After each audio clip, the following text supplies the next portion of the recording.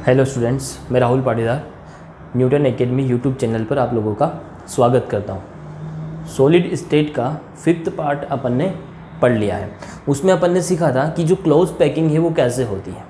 ठीक है, क्रिस्टल में क्लोज पैकिंग कैसे होती है, 1D टाइप की, 2D 3D सब अपन ने सीख लिया था। फिर एक और चीज़ अपन ने पढ़ा था, वॉइड, रिक्तिका। 2 टाइप की रिक्तिकाएँ होती हैं, अष्टफल की और चतुष्फल की रिक्तिका, ऑक्टाहेड्रल और टेट्राहेड्रल। तो एक चीज़ अपने को समझ में आती है कि जो क्रिस्टल होता है उसके अंदर मॉलिक्यूल्स होते हैं और मॉलिक्यूल्स के बीच में वैकेंसी भी होती है। मतलब अगर किसी भी टाइप का आपका यूनिट सेल है और तो उसके जो परमाणु हैं, कुछ स्थान तो वो घेर लेते हैं और कुछ स्थान जो है वो रिक्त रह जाता है। तो अपने को आज ये पता करना है कि कोई यूनिट सेल जो होती है उसके अंदर, जैसे मान लो आपके पास यूनिट सेल है SCC टाइप का, तो कितना भाग उसके एटम जो है वो पैक करके रखेंगे यानी घेरे हुए रखेंगे और कितना भाग जो है वो खाली रहेगा, उसको कहते हैं संकुलन क्षमता। संकुलन कितने टाइप का होता है कल सीखा। ठीक है, आज अपन सीखेंगे कि संकुलन क्षमता कितनी होती है। कोई यूनिट सेल होती है वो कितना भाग जो है, कितना % भाग घेरे हुए रहती है और कितना % भाग जो होता है उसके अंदर रिक्त होता है। तो ये चीज़ सीखने के लिए अपने को 2 चीज़ों की ज़रूरत पड़ेगी। एक ज़रूरत पड़ेगी गोले के आयतन का, वॉल्यूम ऑफ स्फेयर। क्यों ज़रूरत पड़ेगा? क्योंकि एटम जो होता है वो गोल होता है, अपन उसको गोल मानते हैं, तो अपने को उसके स्फेयर का ज़रूरत पड़ेगा, गोले के आयतन का ज़रूरत पड़ेगा जो होता है 4/3 πr³। दूसरा अपने को ज़रूरत पड़ेगा पाइथागोरस थ्योरम का, जो यहाँ पर मैंने लिख दिया है, कर्ण का स्क्वायर इज इक्वल टू आधार का स्क्वायर प्लस लंब का स्क्वायर। तो ये 2 चीज़ें अपने को याद होना चाहिए, तो अपन निकाल सकते हैं पैकिंग एफिशिएंसी। तो चलिए स्टार्ट करते हैं।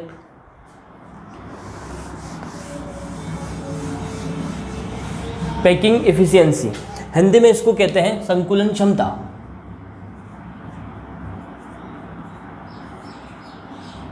सबसे पहले संकुलन क्षमता जो है अपन निकालने वाले हैं SCC यूनिट सेल की, यानी सरल घनीय इकाई कोशिका।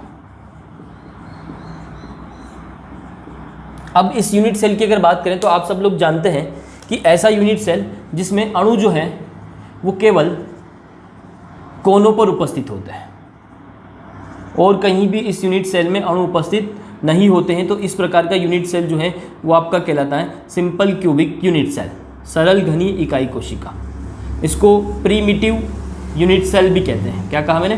प्रीमिटिव यूनिट सेल भी इसको कहा जाता है। चलिए, ये मैंने यहाँ पर आपका यूनिट सेल बना दिया है।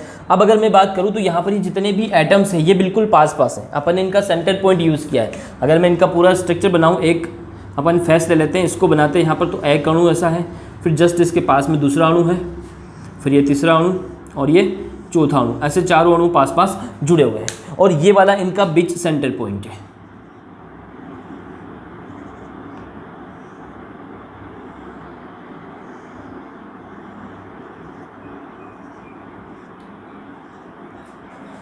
ठीक है, तो ये वाला अपन ने यहाँ पर सेंटर पॉइंट यूज़ किया। एक्चुअली में ये ऐसा होता है।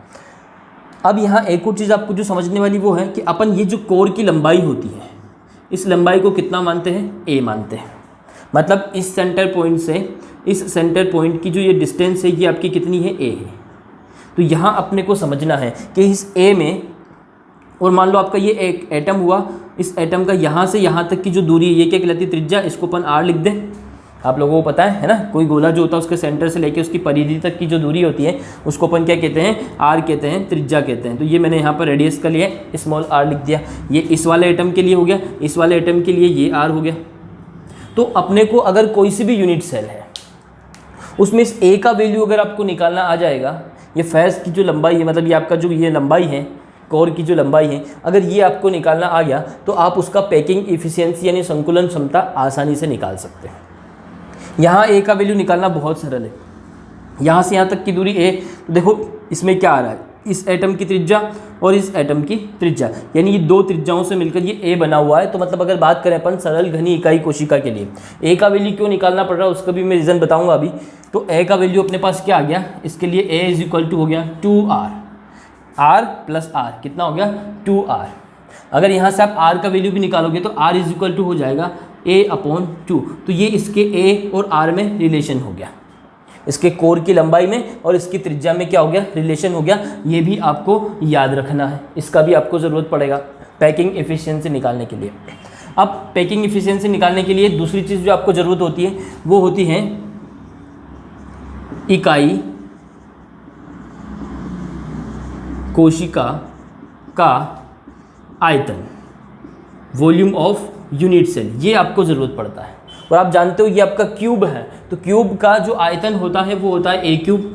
पहले भी अपन ने लिखा है इकाई कोशिका का आयतन जो होता है वो क्या होता है, ए क्यूब होता है। और अपन ने एससीसी यूनिट सेल के लिए ए का वैल्यू भी निकाल लिया, इसीलिए मैंने कहा था ए के वैल्यू की आपको ज़रूरत पड़ेगी। किसके लिए ज़रूरत पड़ेगी, इकाई कोशिका का आयतन निकालने के लिए। अब यहाँ पर इकाई कोशिका घन के जैसी और घन का आयतन क्या होता है, ए क्यूब होता है।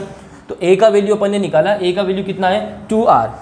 तो यहाँ ए की जगह पर लिखते हैं 2r और इसका हो जाएगा क्यूब, ठीक है। तो ये हो जाएगा 8r क्यूब, ये आपका वॉल्यूम आ गया। इकाई कोशिका का वॉल्यूम आपका कितना आ गया, 8r क्यूब आ गया। अब आप पैकिंग इफिशिएंसी निकाल सकते हो, संकुलन क्षमता निकाल सकते हो। संकुलन क्षमता निकालने का फॉर्मूला क्या होता है उसको समझना, पैकिंग इफिशिएंसी, ठीक है। संकुलन क्षमता निकालने का फॉर्मूला क्या होता है, क्षमता निकालना परसेंटेज में निकालना, तो अपन 100 का मल्टीप्लाई करेंगे। ऊपर क्या लिखने वाले हैं, नीचे क्या लिखने वाले हैं, यही आपको समझना है। अब क्षमता का मतलब क्या होता है कि टोटल में से कितना स्थान अणुओं ने घेरा हुआ है। टोटल में से, जैसे मान लो आपका ये पूरा यूनिट सेल है, इस पूरे यूनिट सेल में इन अणुओं ने कितना स्थान घेर के रखा हुआ है और कितना स्थान इसमें खाली है, वो आपको निकालना है। तो अणुओं ने कितना स्थान घेरा होगा कैसे पता चलेगा, तो टोटल, सबसे पहले तो टोटल लिखना पड़ेगा। नीचे क्या आएगा, टोटल। परसेंटेज जब भी निकालते हैं तो नीचे क्या आता है, टोटल। टोटल में से आपको कितना मिला, आपके एग्जाम में नंबर भी आते हैं, जैसे 100 में से आपको 80 नंबर मिले हैं, ठीक है। तो आप क्या लिखते हो, कैसे लिखते हो उसको, 100 आउट ऑफ 80 ऐसे लिखते हैं। और परसेंट निकालने के लिए फिर अपन 100 का मल्टीप्लाई कर देते हैं। तो यहाँ पर भी वही करेंगे, टोटल नीचे आने वाला है। तो आपकी पूरी इकाई कोशिका का आयतन कहाँ आएगा, नीचे। टोटल आयतन कितना है और इसमें से कितना भाग भरा हुआ है वो अपन ऊपर लिख देंगे, तो उसका परसेंटेज निकल के आ जाएगा। तो नीचे अपन लिखेंगे इकाई कोशिका का आयतन, अच्छे से समझेंगे, ठीक है। क्या कहा मैंने, नीचे टोटल आता है तो इकाई कोशिका का आयतन नीचे आ जाएगा, ये पूरा आपका हो गया। अब इसमें से कितना भाग भरा हुआ है, तो भाग किसने भर रखा है, भरा हुआ भाग जो है, पैकिंग जो है किसके द्वारा हो रही, अणुओं के द्वारा हो रही। तो आपको ये पता होना चाहिए कि टोटल अणुओं की संख्या कितनी है, पहली बात तो ये, ठीक है। तो कुल अणुओं की संख्या, यहाँ पर क्या जाएगा, इसमें कुल अणु कितने हैं और एक अणु के द्वारा कितना आयतन घेरा जा रहा है। क्या लिखा मैंने, कुल अणुओं की संख्या और एक अणु का आयतन। एक अणु का आयतन कितना है और टोटल अणु कितने हैं उसका इसमें मल्टीप्लाई कर देंगे, तो यहाँ जितनी भी जगह जितने भी अणु हैं उन सब के द्वारा कितना स्थान घेरा गया वो आ जाएगा। और टोटल इकाई कोशिका का आयतन यहाँ आ गया और ये ऊपर क्या आ गया, अणुओं के द्वारा घेरा गया स्थान। और परसेंटेज निकालने के लिए 100 का मल्टीप्लाई कर दो। अब ये वैल्यू आपको रखना आना चाहिए, बस इतना सा काम आपको करना है और आपका क्या जाएगा, पैकिंग इफिशिएंसी निकल के आ जाएगा, संकुलन क्षमता आपका निकल के आ जाएगी। चलिए इसको सोल्व करते हैं, इसमें वैल्यू रखते हैं। तो packing efficiency is equal to, अगर बात करें तो कुल अणुओं की संख्या, मैंने आप लोगों को ये भी कैलकुलेट करना सिखा दिया है कि जब आपके पास सरल घनी इकाई कोशिका होती है तो उसमें केवल कोनों पर परमाणु उपस्थित होता है। और कोने का परमाणु निकालने के लिए अपन क्या करते हैं, 1/8 × 8 इज इक्वल टू कितना आता है 1, मतलब इसमें कुल अणुओं की संख्या कितनी हो गई 1 × एक अणु का आयतन। मैंने कहा था अणु को अपन क्या मानते हैं, गोल, स्फेयर, राउंड। और गोले का आयतन कितना होगा, जो गोले का आयतन होगा वही एक अणु का आयतन होगा। तो गोले का आयतन है 4/3 πr³। तो ये ऊपर अपन ने वैल्यू रख दी। फिर अपोन में क्या जाएगा, इकाई कोशिका का आयतन। इकाई कोशिका का आयतन अभी अपन ने निकाला था कि जो अगर आपकी जो सरल इकाई कोशिका है, सरल घनी इकाई कोशिका है, तो उसका आयतन क्या आने वाला है 8r³। तो ये हो गया 8r³। बस इसको आपको क्या करना है, सोल्व करना है और आपका पैकिंग इफिशिएंसी निकल के आ जाएगा। इसको सोल्व कर लेते हैं। चलिए इसमें से जो नोट करना है नोट कर लें, स्क्रीनशॉट ले लें, मैं इसमें रफ करूँगा।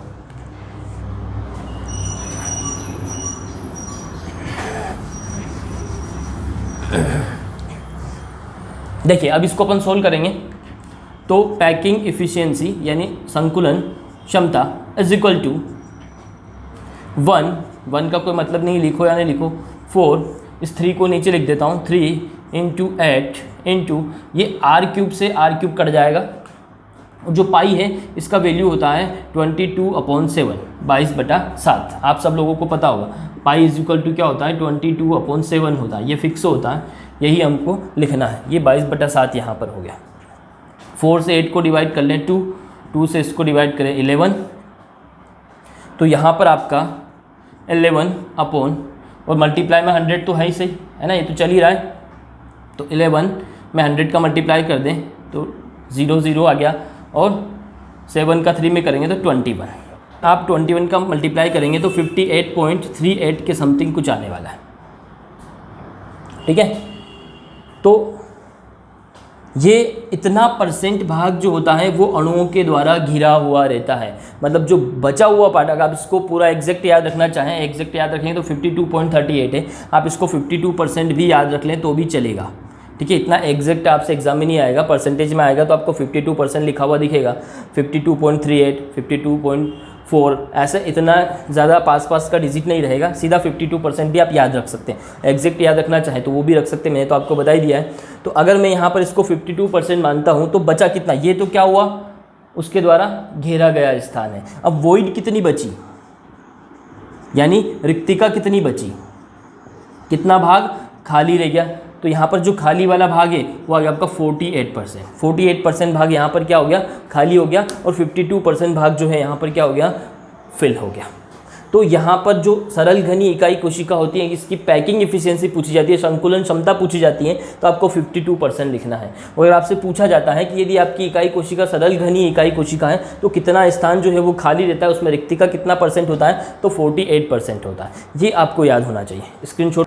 सेम चीज़ है, अब आपको फॉर्मूला याद हो गया, पैकिंग इफिशियंसी निकालने का फॉर्मूला याद हो गया। शॉर्ट में एक बार और फॉर्मूला देख ले, पैकिंग इफिशियंसी यानी संकुलन क्षमता। जब भी आपको संकुलन क्षमता निकालना है उसके लिए क्या करना है, टोटल नीचे आने वाला, टोटल मतलब किसके लिए निकाल ले, इकाई कोशिका के लिए निकाल ले, तो नीचे आएगा इकाई कोशिका का आयतन, ठीक है, और ऊपर क्या आ जाएगा, जो टोटल गोले हैं, सीधे भी लिख सकते हो, कुल गोलों का आयतन। गोलों मतलब क्या हुआ, यहाँ हुआ परमाणु, जो अणु परमाणु या रचक कण जो हैं उनका कुल आयतन कितना है, और इकाई कोशिका का आयतन कितना है, टोटल में उन गोलों का आयतन कितना है, और परसेंटेज निकालने के लिए आप 100 का इसमें मल्टीप्लाई कर देंगे, तो ये आपका संकुलन क्षमता का क्या हो गया, फॉर्मूला हो गया। डेफिनेशन भी यहीं से लिख सकते हैं, इकाई कोशिका के आयतन और इकाई कोशिका में उपस्थित अणुओं के आयतन का जो अनुपात होता है उसी को संकुलन क्षमता कहते हैं। फॉर्मूला क्या बना, फॉर्मूले से ही आप डेफिनेशन याद रख सकते हो। क्या कहा मैंने, क्या क्या लिया अपन ने, इकाई कोशिका का आयतन लिया और ऊपर अपन ने लिया कुल परमाणुओं का आयतन, तो वही डेफिनेशन हो गया कि इकाई कोशिका का आयतन और कुल परमाणुओं के आयतन का जो अनुपात होता है उसी को अपन क्या कहते हैं, संकुलन क्षमता कहते हैं। यही आपका संकुलन क्षमता कहलाता है, ठीक है। अब एफसीसी के लिए बात कर लेते हैं। ये फॉर्मूला आपको याद रखना है एफसीसी के लिए। एससीसी के लिए जैसे निकाला है वैसे ही अपने को किसके लिए निकालना है, एफसीसी इकाई कोशिका के लिए भी निकालना है। तो एफसीसी इकाई कोशिका क्या होती है उसमें, ठीक है, संकुलन क्षमता किसके लिए बात करें अब अपन, एफसीसी फलक केंद्रित इकाई कोशिका, याद होगा आप लोगों को। इसमें सभी कोनों पर तो परमाणु होता ही है, ठीक है, इन सभी कोनों पर क्या होता है,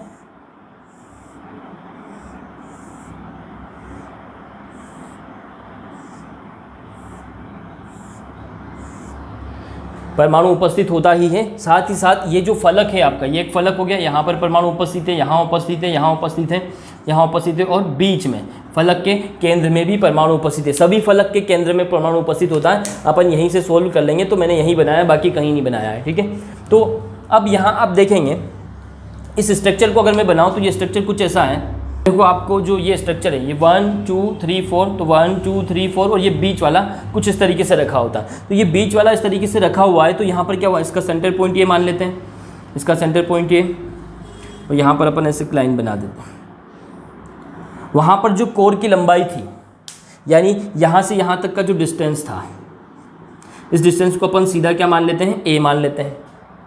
तो ये a जो है ये किसके बराबर होने वाला, यहाँ ये निकालना थोड़ा मुश्किल हो जाएगा। क्यों मुश्किल हो जाएगा? क्योंकि यहाँ पर बीच में स्पेस आ गया।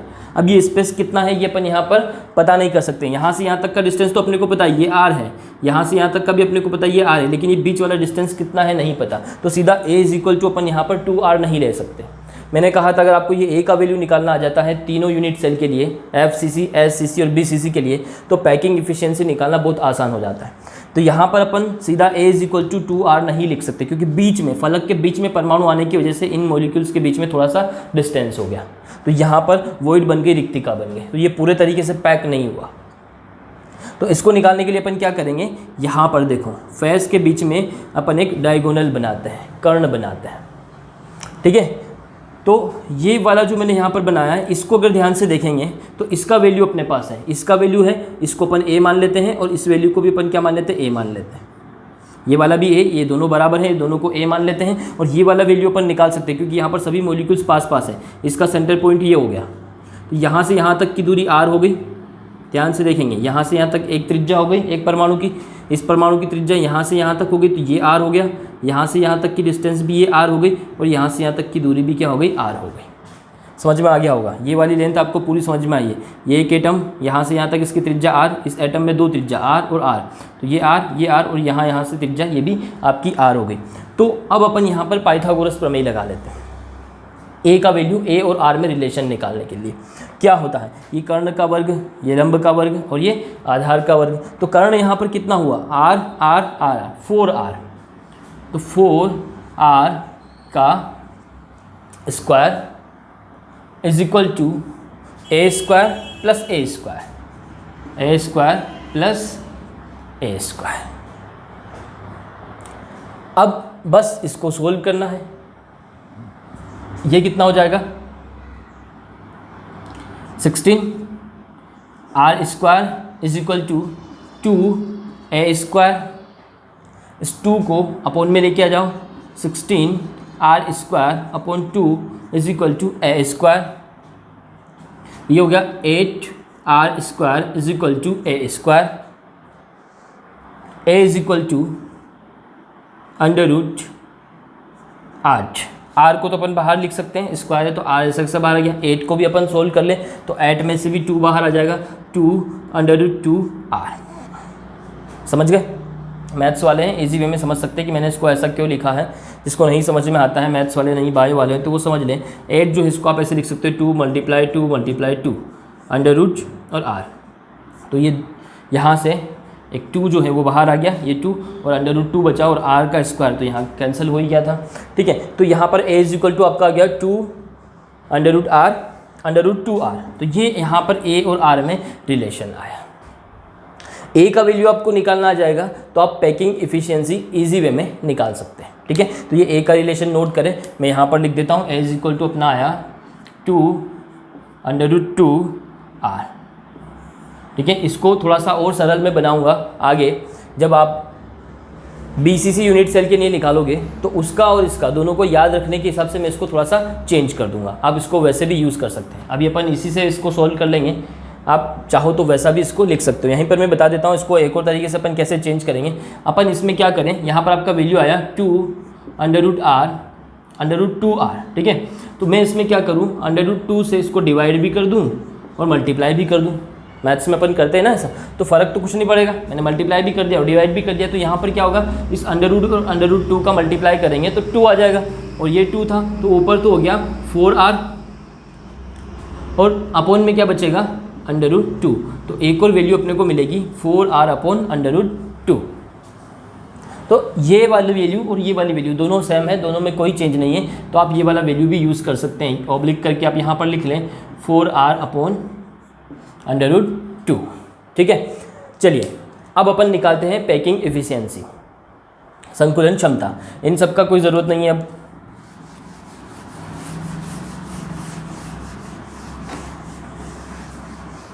दोनों में से कोई सा भी एक वैल्यू यूज़ करके आप कर सकते हैं। तो चलिए पैकिंग एफिशिएंसी निकालते हैं, संकुलन क्षमता निकालते हैं। उसके लिए फॉर्मूला क्या होता है, अभी जस्ट मैंने बताया था। नीचे आपका क्या जाता है, इकाई कोशिका का आयतन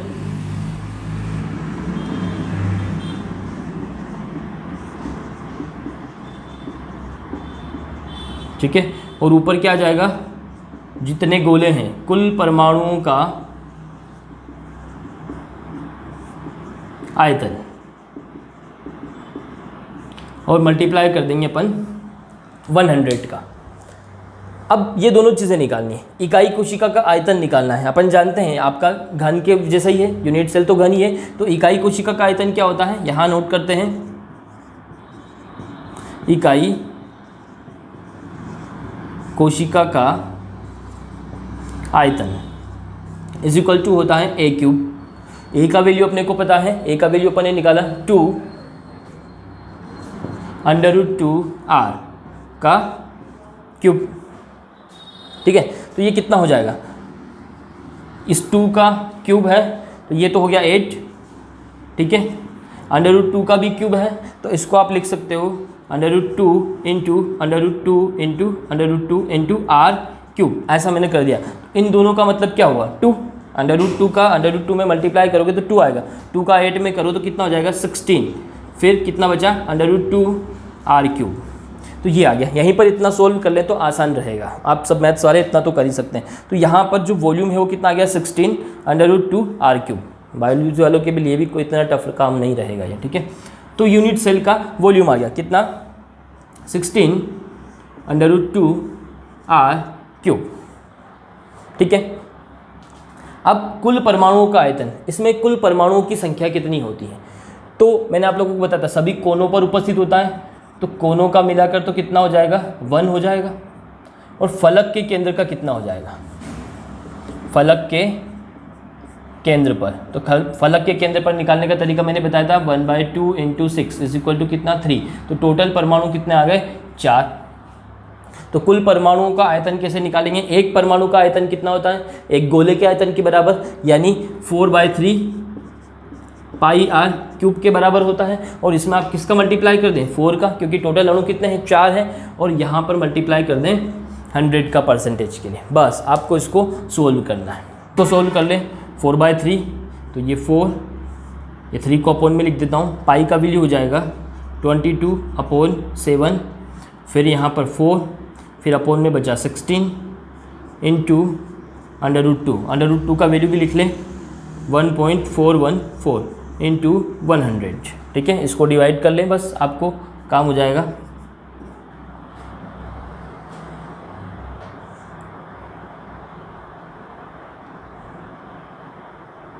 ठीक है, तो यहाँ पर हो गया आपका 2200, और यहाँ हो जाएगा 21 इंटू 1.414।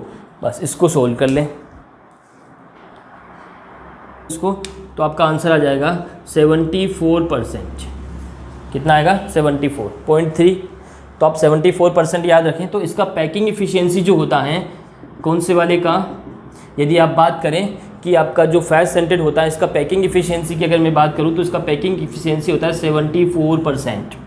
तो कितना स्थान जो है वो वॉइड के लिए हो गया, यहाँ पर वॉइड कितना हो गया, वैकेंसी रिक्तिका कितना हो गया, तो रिक्तिका यहाँ पर हो जाएगा 26%। ठीक है, तो इस तरीके से आपको FCC के लिए भी निकालना, पैकिंग इफ़िशियंसी निकालना आपको आना चाहिए।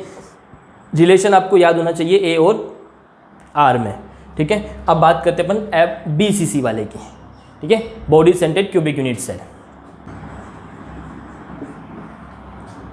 बॉडी सेंटर्ड यूनिट सेल में क्या होता है, इसकी अगर बात करें तो पूरा यूनिट सेल के बीच में एक परमाणु उपस्थित होता है। ठीक है, अब इसको सोल्व करने के लिए क्या करना पड़ेगा कि यहाँ से यहाँ तक का डिस्टेंस अपने को पता है, देखना ध्यान से, यहाँ से यहाँ तक का डिस्टेंस अपन A मान सकते हैं, और सभी कोर की लंबाई बराबर होती है, तो ये वाली कोर जो है ये भी कितनी हो गई A हो गई, और ये वाली कोर जो है ये भी कितनी हो जाएगी A हो जाएगी। ठीक है, क्योंकि यहाँ पर अगर मैं डायगोनल बनाऊँगा इस मॉलिक्यूल से लेते हुए तो ये कुछ ऐसा बनेगा। ठीक है, सेंटर से होते हुए पूरा यहाँ पर बनेगा। तो वहाँ पर क्या था, फैस का बीच में ऐसे डायगोनल बनाया था अपन ने।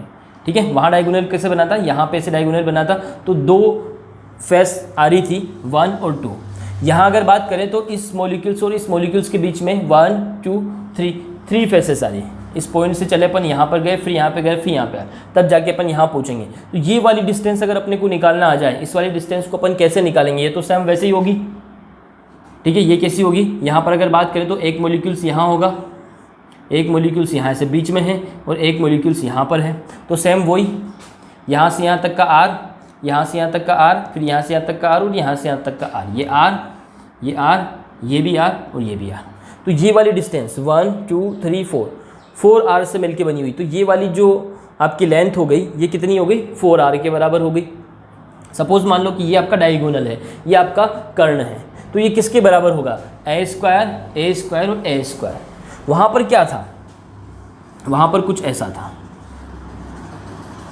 ठीक है, और फेस के बीच में था, तो अपन ने यहाँ पर ऐसे डायगोनल बनाया था, ठीक है, तो फेस के नहीं फलक का विकर्ण बनाया था, ठीक है। तो इस फलक के विकर्ण की लंबाई निकालने के लिए अपन ने क्या करा था, ए का स्क्वायर और इस ए का स्क्वायर कर दिया था, तो इसका वैल्यू के बराबर हो गया था इन दोनों का वर्ग का योग, इसके बराबर हो गया था। ध्यान से समझना, फलक का विकर्ण था, यहाँ पर किसका है, पूरी यूनिट सेल का विकर्ण है, तो यूनिट सेल का विकर्ण किसके बराबर होगा, देखो इस पॉइंट से इस पॉइंट तक जाने के लिए अपने ये दूरी तय करी थी, फिर ये दूरी तय करी, यहाँ पर इस डायगोनल पर इस पॉइंट और इस पॉइंट के बीच में ये वाली डिस्टेंस है, ये वाली डिस्टेंस और ये वाली डिस्टेंस, 3 डिस्टेंस आ गया।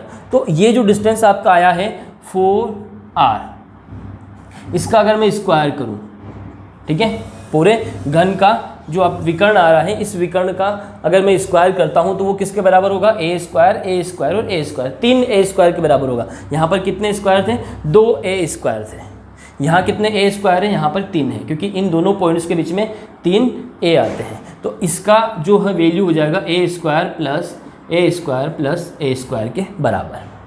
बस इतना सही आपको समझना। ये 2 तरीके से होता है। कुछ लोग इसको क्या करते हैं, यहाँ पर इस डिस्टेंस को निकालने के लिए यहाँ पर 2 त्रिभुज बना लेते हैं, फिर उसको सोल्व करते हैं। वैसे भी आप इसको कर सकते हैं। डायरेक्टली समझ में आ रहा है कि इन 2 पॉइंट्स के बीच में 1 2 और 3, यहाँ पर कितनी थी 1 और 2 इन दोनों पॉइंट्स के बीच में, यहाँ पर इन दोनों पॉइंट्स के बीच में कितनी आ रही 1 2 3, क्योंकि यहाँ पर आपका जो परमाणु होता है वो केंद्र में रखा होता है। तो यहाँ जो विकर्ण बना है वो किसका बना है, घन का विकर्ण। यहाँ विकर्ण किसका बना था, फलक का विकर्ण, ठीक है। तो फलक का जो विकर्ण होता है वो किसके बराबर होता है, ए स्क्वायर प्लस ए स्क्वायर के, और जो घन का विकर्ण होता है ये बराबर होगा ए स्क्वायर प्लस ए स्क्वायर प्लस ए स्क्वायर। बस इतना सा आपको सोल्व करना है, आपका काम बन जाएगा।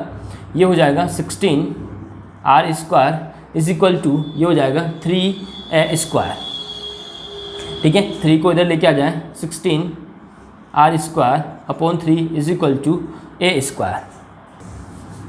तो ए इज इक्वल टू कितना हो जाएगा, ए इज इक्वल टू हो जाएगा इस पूरे के अंडर रूट आ जाएगा 16 आर स्क्वायर अपॉन 3। तो इसको आप कैसे लिख सकते हो, ए इज इक्वल टू 16 को बाहर रखोगे 4 हो जाएगा आर अपॉन अंडर रूट 3। ये सब आपको सोल्व करना आना चाहिए, ठीक है। तो ए का वैल्यू यहाँ पर आ गया 4 आर अपॉन अंडर रूट 3। वहाँ मैंने देखो उसको सिंपल किया था, तो उसके लिए मैंने सिंपल किया था। पहले आपका आया था a is equal to 2 under root 2 r, ठीक है। तो मैंने इसमें डिवाइड कर दिया था अंडर रूट 2 का, और उसमें मल्टीप्लाई भी कर दिया था अंडर रूट 2 का। तो ये बन गया था आपका 4 आर अपॉन अंडर रूट 2। तो इसको याद रखना आसान हो जाता है। यहाँ देखो ये 2 ए स्क्वायर के बराबर होता है, इसका वैल्यू कितना आया, अंडर रूट में 2 आया, 4 आर अपॉन अंडर रूट 2। यहाँ ये 3 ए के बराबर है, तो यहाँ पर नीचे क्या आ गया, अंडर रूट 3 आ गया। बाकी सेम है 4 आर अपॉन अंडर रूट 2, और इसके लिए होता है 4 आर अपॉन अंडर रूट 3। इसलिए याद रखना आसान हो जाता है। ए और आर में रिलेशन तीनों के लिए, आपको एससीसी के लिए, एफसीसी के लिए और बीसीसी के लिए, तीनों के लिए ए और आर में रिलेशन याद होना चाहिए। इतना नोट करें, फिर इसका पैकिंग इफिशियंसी निकालते हैं।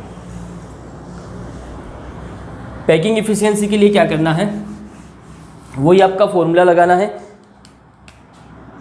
पैकिंग इफिशियंसी क्या करोगे, ऊपर क्या आ जाएगा,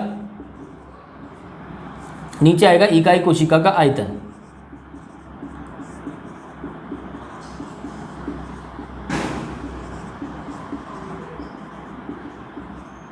मल्टीप्लाई में 100 तो अपन करते ही हैं, और ऊपर आता है कुल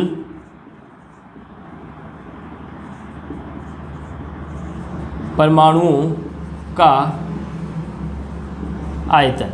चलिए सोल्व करते हैं। इसमें कुल परमाणु कितने होते हैं, 2 है ना, सभी कोनों का मिलाकर 1 और केंद्र में उपस्थित 1। अपन पहले निकाल चुके बीसीसी के लिए। तो कुल परमाणु की संख्या कितनी हो गई, 2, और एक परमाणु का आयतन कितना होता है, एक गोले के आयतन के बराबर, यानी 4/3 पाई आर क्यूब। इतना तो आपको करना आ ही जाएगा। फिर इकाई कोशिका का आयतन निकालना है, तो इकाई कोशिका का आयतन होता है ए क्यूब। तो ए क्यूब होता है, तो यहाँ निकालते हैं इकाई कोशिका का आयतन। इकाई कोशिका का आयतन इज इक्वल टू होता है ए क्यूब। ए का वैल्यू भी अपन ने निकाला 4r/√3, इसका क्यूब कर दो, ठीक है।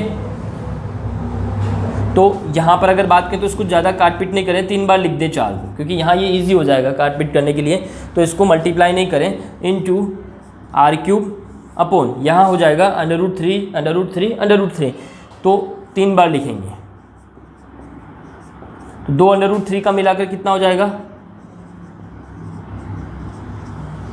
ये हो जाएगा आपका 3 इंटू √3। ये पूरा वैल्यू आप यूज़ कर लें, ऐसा का ऐसा यहाँ रख लें।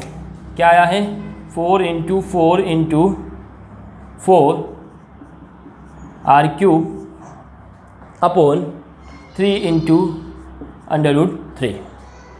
इसको थोड़ा सही कर लें, ये अपॉन में है, ये तो पूरा ऊपर चला जाएगा। इसको अपन कैसे लिख सकते हैं, 2 इंटू 4 अपॉन ये 3 जो है यह नीचे आ जाएगा, इंटू यहाँ पर 4 इंटू 4 इंटू 4।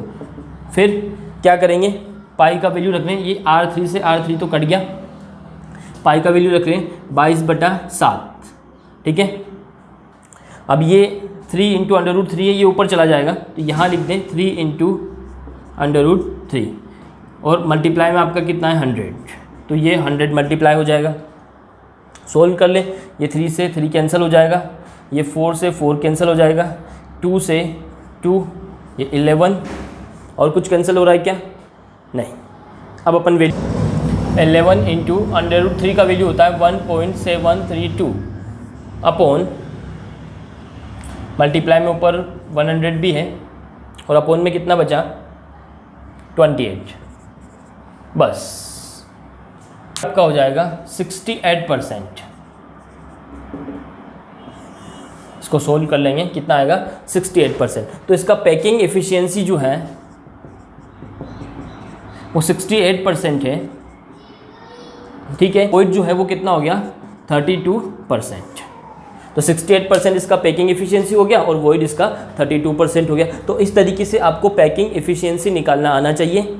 ए और आर में रिलेशन याद होना चाहिए, एससीसी के लिए, बीसीसी के लिए और एफसीसी के लिए। कल मैं इसका थोड़ा सा समरी एक साथ बनवा दूंगा, आपको चार्ट बनवा दूंगा क्या क्या चीज़ इसमें आपको याद होना चाहिए। फिर अपन नेक्स्ट टॉपिक पढ़ेंगे। मिलते हैं नेक्स्ट क्लास में।